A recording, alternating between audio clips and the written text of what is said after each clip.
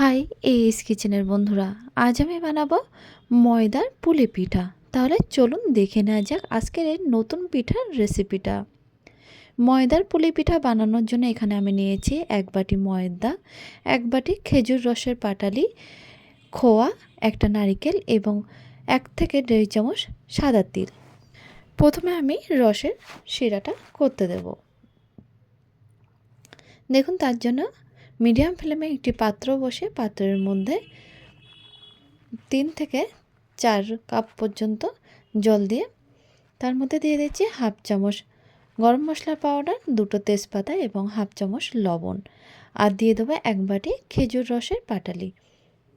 মিষ্টিটা অবশ্যই আপনাদের স্বাদ মতো দিয়ে দেবেন। তারপরে হাই ফ্লেমে রেখে রসের শিরাটা কিন্তু বানিয়ে নেব। এরপরে পিঠার ডোটা বানিয়ে নিচ্ছি। তার জন্য একটা বড় পাত্রের মধ্যে আমি একটা নারকেল গ্রেট করে নিয়ে নেব, আর 1 বাটি ময়দা এবং অল্প একটুখানি লবণ আর 1 চামচ ঘি দিলাম, আর দিয়ে দিচ্ছি 1 থেকে 1.5 চামচ মতো সাদা তিল। এই সবগুলো একসাথে বেশ ভালোভাবে মেখে নেব। গ্রেট করা নারকেলটা যদি একটু ভিজে ভাব থাকে অর্থাৎ নরম থাকে তাহলে খুব বেশি দুধের পরিমাণ লাগবে না। অবশ্যই এই ডোটা উষ্ণ গরম দুধ দিয়ে মাখবো। আর যদি নারকেলটা শুকনো থাকে তাহলে কিন্তু দুধের পরিমাণটা একটু বেশি লাগবে। দেখুন, এখানে আমি 1 কাপ পরিমাণে উষ্ণ গরম দুধ নিয়েছি, নিয়ে অল্প অল্প করে দিয়ে ভালোভাবে মাখিয়ে নেব। প্রথমে ময়ানটা কিন্তু ভালো করে দিতে হবে, তারপরে উষ্ণ গরম দুধ দিয়ে ডোটা ভালো করে আস্তে আস্তে করে মাখতে হবে। ডোটা ভালো করে মেখে নিয়েছি। এরপর আমি কিন্তু পুলি পিঠাগুলো বানিয়ে নেব। এরপরে খোয়াটা গ্রেট করে নেব। একটু বড় সাইজের খোয়া নিয়েছি, খোয়াটা গ্রেট করে নিলাম। এরপরে দেখুন, ডোটার থেকে অল্প কিছুটা লেচি হাতের মধ্যে নিয়ে হাতের তালুর সাহায্যে গোল করে তারপর বাটি শেপ দিয়ে ভিতরে এই খোয়ার পুরটা দিয়ে বেশ মুখগুলো ভালো করে আটকে দেব। আটকে দিয়ে আবারও ভালো করে গোল করে নেব, যাতে করে ভিতরের খোয়াটা বাইরে বেরিয়ে না আসে। এরপরে আমি দেখুন একটা সুন্দর একটা ডিজাইন করে দিচ্ছি। এরকম স্টার ডিজাইন করে নিলাম, নিয়ে একটা প্লেটে রেখে দেব। এইভাবে ডোটার থেকে আমি আবারও একটা লেচি কেটে নিয়ে প্রথমে হাতের তালুর সাহায্যে গোল করে নেব, তারপরে বাটি শেপ দিয়ে এরকমভাবে কিন্তু খোয়ার পুরটা ভিতরে দিয়ে মুখগুলো ভালো করে আটকিয়ে দেব, দিয়ে আবারও একটু গোল করে নেব, নিয়ে এরকম স্টার শেপের করে বানিয়ে নেব। এইভাবে সমস্ত ময়দার পুলি পিঠাগুলো কিন্তু আমি বানিয়ে নিলাম।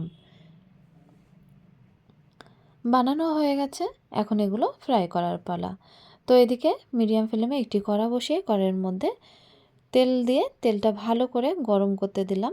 গরম হয়ে গেলে একে একে পিঠাগুলো কিন্তু কড়াইয়ের মধ্যে ফ্রাই করতে দেব। একটা সাইড যখন ব্রাউন কালার হয়ে আসবে তখন অপর সাইডটাও উল্টিয়ে দিয়ে ব্রাউন কালার করে ফ্রাই করে নেব। দেখুন, এরকম যখন কালার চলে আসবে তখন কিন্তু তেল থেকে তেল ঝরিয়ে তুলে নেব। তারপরে পিঠাগুলো কিন্তু ডাইরেক্ট আমি রসের শিরার মধ্যে দিয়ে দিচ্ছি ভেজার জন্যে। আমি আবারও যে বাদবাকি পিঠাগুলো ছিল সেগুলো কিন্তু তেলের মধ্যে দিয়ে ব্রাউন কালার করে ফ্রাই করে নেব। সমস্ত পিঠাগুলো আমি এইভাবে ব্রাউন কালার করে ফ্রাই করে নিয়েছি, নিয়ে রসের শিরার মধ্যে দিয়ে দিলাম। 3 থেকে 4 ঘন্টা মতো এই রসের শিরায় কিন্তু আমি এটা ভিজতে দেব। তাহলেই তৈরি হয়ে যাবে আজকের আরও একটি নতুন রেসিপি, ময়দার পুলি পিঠা। দেখুন, একদম রেডি হয়ে গেছে।